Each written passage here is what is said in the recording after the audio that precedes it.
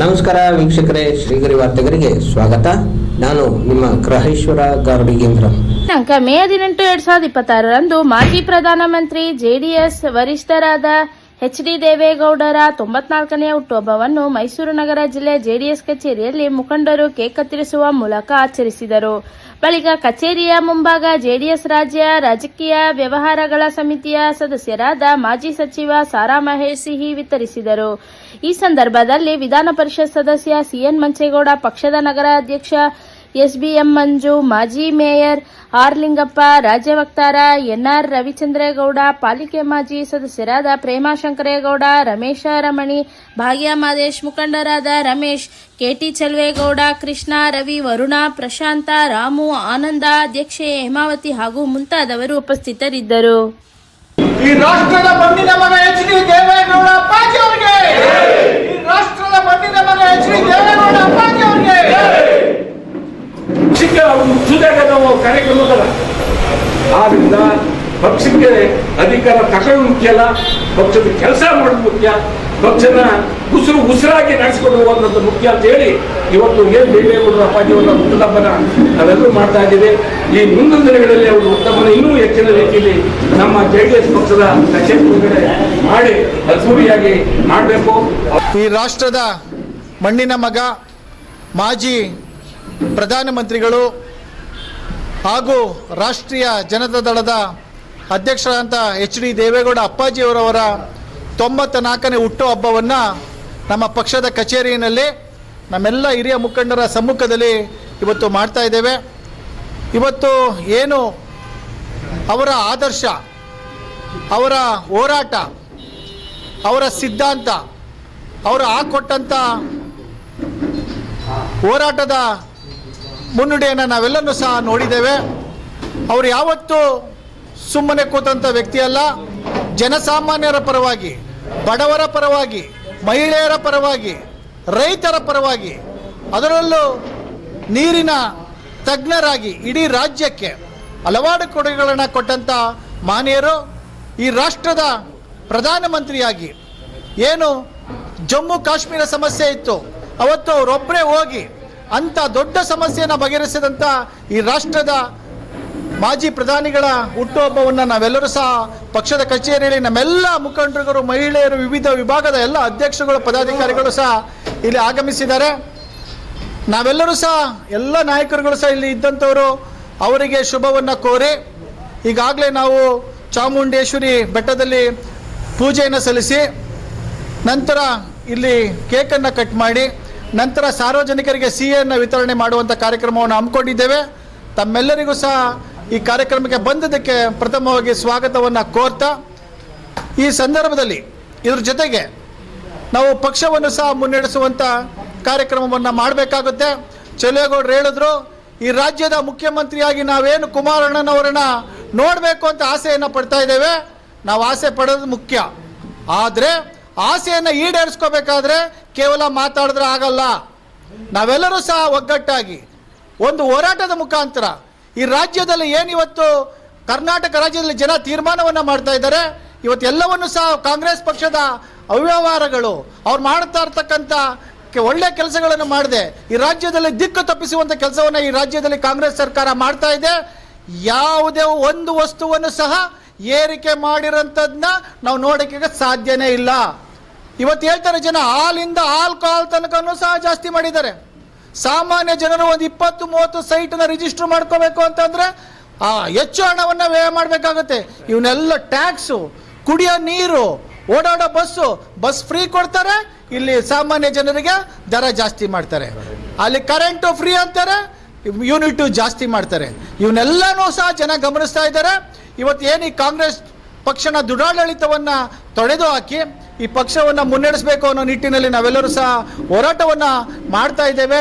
ನಾವು ಕುಮಾರಣ್ಣನವರನ್ನು ನಾವು ಏನು ಮುಖ್ಯಮಂತ್ರಿ ಮಾಡಬೇಕು, ನಿಖಿಲ್ ಕುಮಾರಸ್ವಾಮಿಯವರವರು ಈ ರಾಜ್ಯದಲ್ಲಿ ಯುವ ನಾಯಕರಾಗಿ ರಾಜ್ಯವನ್ನು ಸುತ್ತಿ ಪಕ್ಷವನ್ನು ಸಂಘಟಿಸೋದನ್ನು ಸಹ ನಾವು ನೋಡ್ತಾ ಇದ್ದೇವೆ.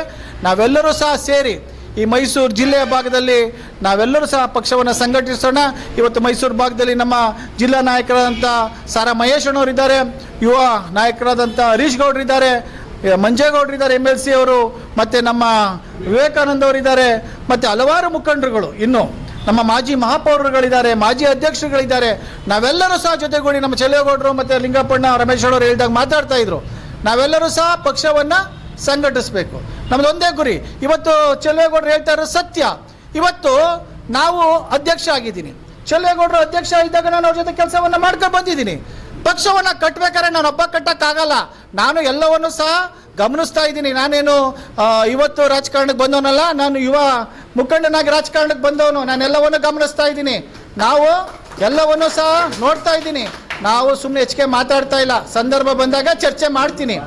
ಯಾರೇ ಆದರೂ ಮುಂದಿನ ದಿನಗಳಲ್ಲಿ ಪಕ್ಷದ ಕೆಲಸವನ್ನು ಮಾಡಬೇಕಾದ್ರೆ ನಾನು ಅಧ್ಯಕ್ಷ ಆಗ್ಬಿಡ್ಬೇಕು. ನಾನು ಅಧ್ಯಕ್ಷ ಆದಮೇಲೆ ಏನು ಶ್ರಮ ವಹಿಸ್ತಾ ಇದ್ದೀನಿ, ಎಷ್ಟು ರಿಸ್ಕ್ ತಗೋತಾ ಇದ್ದೀನಿ, ಯಾವ ರೀತಿ ಓಡಾಡ್ತಾ ಇದ್ದೀನಿ, ಅದು ನಮ್ಮ ಸ್ನೇಹಿತರು ಕೆಲವರಿಗೆ ನಾಯಕರುಗಳಿಗೆಲ್ಲ ಗೊತ್ತಿದೆ. ಸುಮ್ಮನೆ ಕೂತ್ಕೊಬಿಟ್ಟು ನಾವು ಅದು ಮಾಡ್ತೀವಿ ಇದು ಮಾಡ್ತೀವಿ ಅಂದ್ರೆ, ಇಲ್ಲಾಂದ್ರೆ ನೀವು ಅಧ್ಯಕ್ಷ ಸ್ಥಾನ ತಗೊಂಡ್ಮೇಲೆ ಕೆಲಸವನ್ನು ಮಾಡಬೇಕು.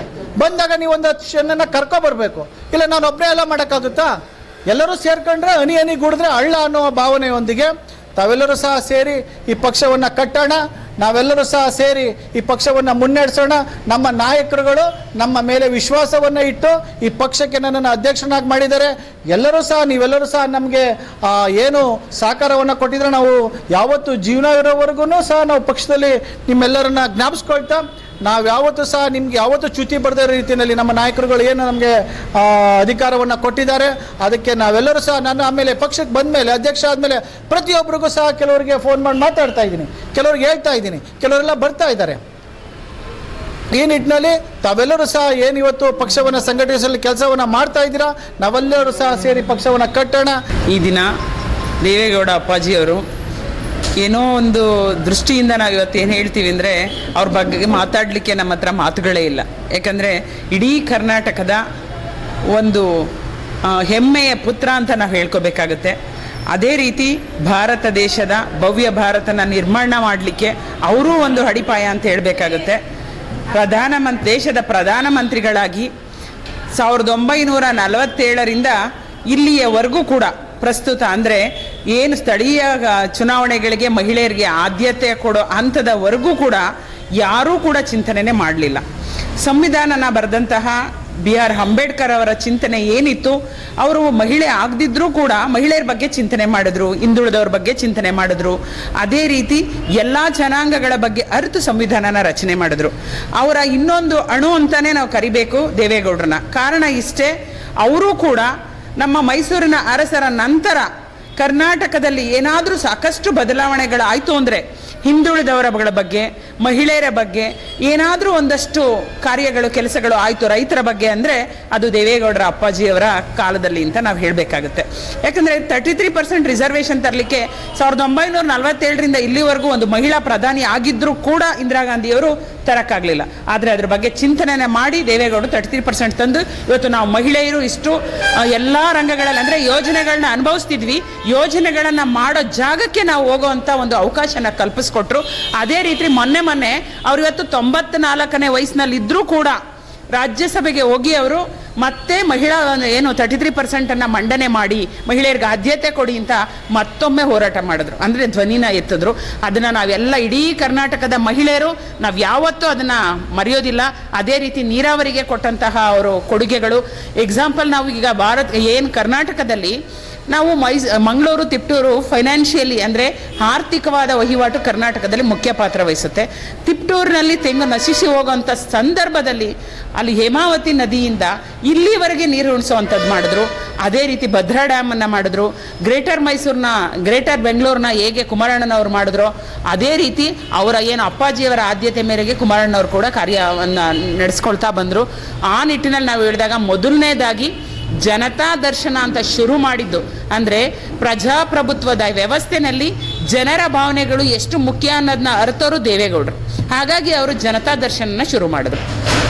ಅಂದಿನ ಜನತಾ ದರ್ಶನ ಎರಡನೇ ಹಂತದಲ್ಲಿ ಕುಮಾರಣ್ಣನವರು ಅದನ್ನು ಪಾಲಿಸ್ಕೊಂಡು ಗ್ರಾಮ ವಾಸ್ತವ್ಯನ ಶುರು ಮಾಡಿದ್ರು. ಗ್ರಾಮ ವಾಸ್ತವ್ಯ ಏನು ಮಾಡ್ತು, ತುಂಬ ಹಿಂದುಳಿದ ಏರಿಯಾಗಳಲ್ಲಿ ಇರುವಂತಹ ಸಮಸ್ಯೆಗಳನ್ನು ಹೊರಗೆ ತರಲಿಕ್ಕೆ, ಅಧಿಕಾರಿಗಳನ್ನು ಎಚ್ಚರಿಸಲಿಕ್ಕೆ ಸಾಧ್ಯ ಆಯಿತು. ಅದರ ನೆಕ್ಸ್ಟ್ ಹಂತದಲ್ಲಿ ನಿಖಿಲ್ ಕುಮಾರಸ್ವಾಮಿಯವರು ಯುವ ಮುಖಂಡರು, ನಮ್ಮ ಮುಂದಿನ JDSನ ರೂವಾರಿಗಳು ಆದಂತಹ ಅವರು ಜನರೊಂದಿಗೆ ಜನತಾದಳನ ತಗೊಂಡೋಗ್ತಾ ಇದ್ದಾರೆ. ಇದರಿಂದ ನಮಗೆ ಗೊತ್ತಾಗುತ್ತೆ ತಲೆಮಾರುಗಳಿಂದ ಅಂದರೆ ಬೇರೆಯವರು ಕೊಟ್ಟಂತಹ ಮನೆಯಲ್ಲಿ ಬದುಕೋದು ತುಂಬ ಈಸಿ. ನಾವೇ ಮನೆ ಕಟ್ಟಿ ಅದೇ ಮನೇಲಿ ನಾವೇ ವಾಸ ಮಾಡಿ ಬೇರೆಯವ್ರನ್ನೂ ಕೂಡ ಆ ಮನೇಲಿ ಇರ್ಸಕ್ಕೆ ಅವಕಾಶ ಕೊಡೋದಿದೆಯಲ್ಲ, ಅದು ತುಂಬ ದೊಡ್ಡ ಕೆಲಸ. ಅಂಥ ಕೆಲಸನ ದೇವೇಗೌಡರು ಮಾಡಿದ್ರು. ಒಂದು ಪ್ರಾದೇಶಿಕ ಪಕ್ಷನ ಹುಟ್ಟು ಹಾಕಿ ಅದನ್ನು ನಿಲ್ಲಿಸಿ ಒಬ್ಬ ಸಾಮಾನ್ಯ ವ್ಯಕ್ತಿ ಅದನ್ನು ಉಳಿಸ್ಕೊಂಡು ಬರೋದು ಅಷ್ಟು ಈಸಿ ಕೆಲಸ ಅಲ್ಲ. ಅವರ ಬದ್ಧತೆ ನಮ್ಮೆಲ್ಲರಿಗೂ ಮಾರ್ಗದರ್ಶನ ಆಗಬೇಕು. ಮುಂದಿನ 2028ಕ್ಕೆ ಮಹಿಳಾ ಸಂಘಟನೆಗಳೆಲ್ಲರೂ ಕೂಡ ಆ 33% ನೆನಿಬೇಕು. ಅದೇ ರೀತಿ ಮುಂದಿನ ಬದುಕಲ್ಲಿ ನಾವು 2028ಕ್ಕೆ ಕುಮಾರಣ್ಣನವ್ರನ್ನ ಉಳಿಸ್ಕೊಳ್ಬೇಕು. ಮಹಿಳೆಯರನ್ನ ಕಣ್ಣೀರ ಒರೆಸೋಂತಹ ಏಕೈಕ ವ್ಯಕ್ತಿ ಅಂದರೆ ಕುಮಾರಣ್ಣನವರು. ಅವರು ಕರ್ನಾಟಕಕ್ಕೆ ಬೇಕೇ ಬೇಕು, ನಾವೆಲ್ಲರೂ ಉಳಿಸ್ಕೊಳ್ಳೇಬೇಕು. 50-50 ಇರೋವಂಥ ನಾವು ಹೆಣ್ಮಕ್ಳು ನಿಜವಾಗಿ ನಾವೆಲ್ಲೋ ಒಂದು ರೀತಿಯಲ್ಲಿ ಬದಲಾವಣೆ ಆಗಿ ನಮ್ಮ ಪ್ರಾದೇಶಿಕ ಪಕ್ಷನ ಅಳಿಸ್ತಾ ಇದ್ದೀವಿ. ಅದು ಕಡಿಮೆ ಆಗ್ತಾ ಇರೋದ್ರಿಂದಾನೇ ನಮಗೆ ಉತ್ತಮವಾದ ಒಂದು ಆಡಳಿತ ಸಿಗ್ತಾ ಇಲ್ಲ. ಕುಮಾರಣ್ಣವರಿಗೆ ಕಂಪ್ಲೀಟ್ ಅಂದರೆ ಪೂರ್ಣ ಮಟ್ಟದ ಬಹುಮತನ ಕೊಟ್ಟರೆ ಕರ್ನಾಟಕ ಏನು ಅವರ ಪಂಚರತ್ನ ಯೋಜನೆಗಳನ್ನು ಜಾರಿಗೆ ತರೋದಕ್ಕೆ ಕುಮಾರಣ್ಣವ್ರಿಗೆ ಅವಕಾಶ ಕೊಟ್ಟರೆ ಕರ್ನಾಟಕ ನಿಜವಾಗ್ಲೂ ಸುವರ್ಣಾಕ್ಷರದಲ್ಲಿ ಬರೆಯೋ ತರಹ ಒಂದು ದಿನಗಳನ್ನು ನೋಡ್ಬೋದು ಅಂತ ಹೇಳ್ತಾ, ಇದಕ್ಕೆ ಇಡೀ ಕರ್ನಾಟಕದ ಎಲ್ಲ ಮಹಿಳೆಯರು ಕಟ್ಟಬದ್ಧರಾಗಿರಬೇಕು. ಮುಂದಿನ ದಿನಗಳಲ್ಲಿ ಅವರೆಲ್ಲರೂ ಕೂಡ ಏನನ್ನೂ ನೋಡೋಟ್ ಹಾಕ್ಬಾರ್ದು. ಈಗ BJP ಇಂದಾಗ ಹೇಗೆ ಎಲ್ಲಿ ಏನೋ ಒಂದು ಸ್ಲೋಗನಲ್ಲಿ ಹಾಕ್ತಾರೋ, ಕಾಂಗ್ರೆಸ್ ಅಂದಾಗ ಅಸ್ತ ಅಂತ ಹಾಕ್ತಾರೋ, JDS ಅಂದಾಗ ಕುಮಾರಣ್ಣ ದೇವೇಗೌಡರು ಅಂತ ಓಟ್ ಹಾಕಬೇಕು. ಆ ಮಟ್ಟಕ್ಕೆ ಚಿಂತನೆ ಮಾಡಿದ್ರೆ ನಮ್ಮ ಋಣ ಅಂದರೆ ನಾವು ಮಾಡಿಸ್ಕೊಂಡಿದ್ದೀವಲ್ಲ 33% ರಿಸರ್ವೇಷನ್ನ ಹೆಣ್ಮಕ್ಳು, ಆ ಋಣ ನಮ್ಮೆಲ್ಲರ ತಲೆ ಮೇಲಿದೆ. ಅದು ದೇವೇಗೌಡ ಅಪ್ಪಾಜಿಯವರು ನಮ್ಮ ಮನೆಯ ಯಜಮಾನರು. ನಮ್ಮ ಮನೆಯ ಯಜಮಾನರನ್ನ ಖುಷಿ ಪಡಿಸೋದು ನಮ್ಮೆಲ್ಲರ ಜವಾಬ್ದಾರಿ. ಅವರು 94ನೇ ವಯಸ್ಸಲ್ಲಿದ್ದಾರೆ. ಅವರ ಆಸೆನ ಪೂರ್ಣಗೊಳಿಸೋದಕ್ಕೆ ನಾವೆಲ್ಲರೂ ಕೂಡ ಒಂದು ಮನೆಯ ಯಜಮಾನರ ಜೊತೆಗೆ ನಾವು ಮನೆಯ ಎಲ್ಲ ಪ್ರತಿನಿಧಿಗಳಾಗಿ ಅವ್ರಿಗೆ 2028ಕ್ಕೆ JDS ವೋಟ್ ಮಾಡಬೇಕು, ಕುಮಾರಣ್ಣನ ಮುಖ್ಯಮಂತ್ರಿ ಮಾಡಬೇಕು, ದೇವೇಗೌಡ ಅಪ್ಪಾಜಿಯವ್ರಿಗೆ ಅವರ ಶ್ರಮದ ದಿನಗಳ ಫಲನ ನಾವು ಕೊಡಬೇಕು ಅಂತ ಕೇಳ್ಕೊಳ್ತಾ ನನ್ನ ಮಾತನ್ನ ಮುಗಿಸ್ತೇನೆ. ನಾನು ಮೈಸೂರಿನ ನಗರಾಧ್ಯಕ್ಷರು ಹೇಮಾವತಿ MS ಅಂತ. ಈ ರಾಷ್ಟ್ರದ ಮಾಜಿ ಪ್ರಧಾನಮಂತ್ರಿಗಳಾಗಿದ್ದು, ಮುಖ್ಯಮಂತ್ರಿಯಾಗಿದ್ದು, ರೈತರ ಪರ ಕೆಲಸವನ್ನು ಮಾಡಿ 94 ವರ್ಷವನ್ನು ಮುಗಿಸ್ತಾ ಇರ್ತಕ್ಕಂಥ ನಮ್ಮೆಲ್ಲರ ಆರಾಧ್ಯ ದೈವ ಸನ್ಮಾನ್ಯ HD ದೇವೇಗೌಡರು ಸಾಹೇಬ್ರವರ ಹುಟ್ಟುದ ಹಬ್ಬದ ಪ್ರಯುಕ್ತ ನಮ್ಮ ನಗರಾಧ್ಯಕ್ಷರಾದಂಥ SBM ಮಂಜೂರವರ ನೇತೃತ್ವದಲ್ಲಿ, ಮಹಿಳಾಧ್ಯಕ್ಷರ ನೇತೃತ್ವದಲ್ಲಿ, ಎಲ್ಲ ಮುಖಂಡರುಗಳ ಸಹಭಾಗಿತ್ವದಲ್ಲಿ ಕಚೇರಿಯಲ್ಲಿ ಹಣ್ಣನ್ನು ಮತ್ತು ಸ್ವೀಟನ್ನು ವಿತರಣೆ ಮಾಡುವ ಮೂಲಕ ದೇವೇಗೌಡರ ಸಾಹೇಬ್ರವರ 94ನೇ ವರ್ಷದ ಸವಿ ನೆನಪುಗಳನ್ನು ನೆನಪಿಸ್ಕೊಳ್ಳುವಂತಹ ಕೆಲಸವನ್ನು ನನ್ನೆಲ್ಲ ಸ್ನೇಹಿತರು ಮಾಡ್ತಾಯಿದ್ದಾರೆ. ಅವರು ಮಾಡಿರ್ತಕ್ಕಂಥ ಕೆಲಸ, ರೈತ ಪರವಾಗಿ ಹೋರಾಟವನ್ನು ಮಾಡಿದಂಥ ಕೆಲಸ, ಅವರ ಸುದೀರ್ಘ ಸೇವೆ ಇಡೀ ರಾಷ್ಟ್ರದಲ್ಲಿ ಮಾಜಿ ಪ್ರಧಾನಮಂತ್ರಿಗಳು ಮತ್ತು ಕೇಂದ್ರ ಸಚಿವರಾಗಿ ಇರ್ತಕ್ಕಂಥದ್ದು ಇವತ್ತಿನ ಕಾಲಘಟ್ಟದಲ್ಲಿ ಉದಾಹರಣೆ ಇದ್ದರೆ ಅದು ದೇವೇಗೌಡರು ಸಾಹೇಬರು, ಕೇಂದ್ರದ ಮಂತ್ರಿಯವರು ಕುಮಾರಣ್ಣರವರು. ಇಬ್ಬರೂ ಸಹ ಲೋಕಸಭೆಯಲ್ಲಿ ಇರ್ತಕ್ಕಂಥ ಸೌಭಾಗ್ಯ ಇರ್ತಕ್ಕಂಥದ್ದು ಈ ರಾಷ್ಟ್ರದಲ್ಲಿ, ಅದು ಕರ್ನಾಟಕ ರಾಜ್ಯದ ಈ ಸುಪುತ್ರರಿಗೆ ಮಾತ್ರ ಅನ್ನುವಂಥ ಮಾತನ್ನು ಈ ಸಂದರ್ಭದಲ್ಲಿ ಹೇಳ್ತಾ, ತಾಯಿ ಚಾಮುಂಡೇಶ್ವರಿ ಅವ್ರಿಗೂ ಕೂಡ ಸಿದ್ಧಗಂಗಾ ಶ್ರೀಗಳ ಹಾಗೆ ಇನ್ನೂ 16 ವರ್ಷ ಆಯಸ್ಸು ಆರೋಗ್ಯವನ್ನು ಕೊಡಲಿ ಅಂಥೇಳಿ ನಾವೆಲ್ಲರೂ ತಾಯಿ ಚಾಮುಂಡೇಶ್ವರಿಯಲ್ಲಿ ಕೈ ಮುಗಿದು ಪ್ರಾರ್ಥನೆಯನ್ನು ಮಾಡ್ತಾಯಿದ್ದೇವೆ. ಮಂಜೇಗೌಡರು ಕೂಡ ನಮ್ಮ ಜೊತೆಯಲ್ಲಿದ್ದಾರೆ, ಇನ್ನು ಅಶೋಕ್ ಕುಮಾರ್ ಇದ್ದಾರೆ, ರವಿಚಂದ್ರ ಅವರು, ಎಲ್ಲ ಮುಖಂಡರುಗಳು ಇದ್ದಾರೆ. ಎಲ್ಲರಿಗೂ ಕೂಡ ಧನ್ಯವಾದಗಳು. ಅವರ ನಾಯಕತ್ವದಲ್ಲಿ, ನಿಖಿಲ್ ಕುಮಾರಸ್ವಾಮಿರವರ ಸಾರಥ್ಯದಲ್ಲಿ ಹರೀಶ್ ಗೌಡರು, ಮಂಜೇಗೌಡರು, ಅಶ್ವಿನ್ ಕುಮಾರ್ರವರು ಮತ್ತು ಶಿವಮೂರ್ತಿ ಮತ್ತು ಗಂಗಾಧರ್ ಗೌಡ, ಇನ್ನು ಅನೇಕ ಮುಖಂಡರುಗಳ ಸಹಕಾರದಿಂದ ಸಾಮೂಹಿಕ ನಾಯಕತ್ವದಲ್ಲಿ ಯಶಸ್ವಿ ಮಾಡಿದ್ದೀರಾ. ಎಲ್ಲ ಕಾರ್ಯಕರ್ತರಿಗೂ ಕೂಡ ಪಕ್ಷದ ಪರವಾಗಿ ಅಲ್ಲಿ ಆಗಮಿಸಿರ್ತಕ್ಕಂಥ ಎಲ್ಲ ನಿಷ್ಠಾವಂತ ಕಾರ್ಯಕರ್ತರಿಗೂ ಕೂಡ ಅಭಿನಂದನೆಗಳನ್ನು ಮತ್ತು ಧನ್ಯವಾದಗಳನ್ನು ಅರ್ಪಿಸ್ತಾ ಇದ್ದಾರೆ. ಮತ್ತೆ ಮುಂದಿನ ವಾರ್ತೆಗರಿಯಲ್ಲಿ ಭೇಟಿಯಾಗೋಣ. ಶ್ರೀಗರಿ, ನಿಮ್ಮ ಮನದಾಳದ ಗರಿ. ನಮಸ್ಕಾರ.